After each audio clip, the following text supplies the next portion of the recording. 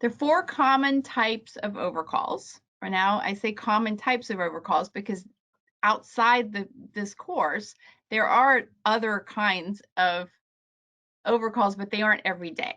Okay, so we're going to focus on the everyday 4 common types of overcalls, and they include the 1-level overcalls, the 2-level overcalls, the preemptive jump overcalls, and the 1-no-trump overcalls. And we're going to be talking about seat position, vulnerability, texture, hand evaluation, right? Everything that goes into the thought process of the overcall. Let's start with suit texture and borderline hands. All right, so we're going to be talking about what you need, the requirements for each of these types of overcalls.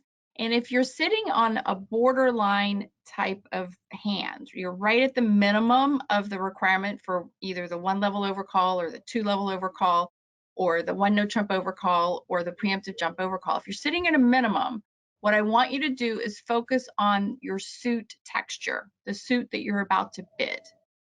Texture is so important when you are making what we call a light overcall. And texture are your 9s and your 8s and your 7s and even the 6s. The 6s love this rule because they get to be talked about. So 10s are considered honors, but again, they are part of texture. So 10s, 9s, 8s, and 7s. If you've got those, then go ahead and make your light overcall, whichever type it is. If you don't have good texture in your suit, then call it a pass and wait for the auction to come back around to you.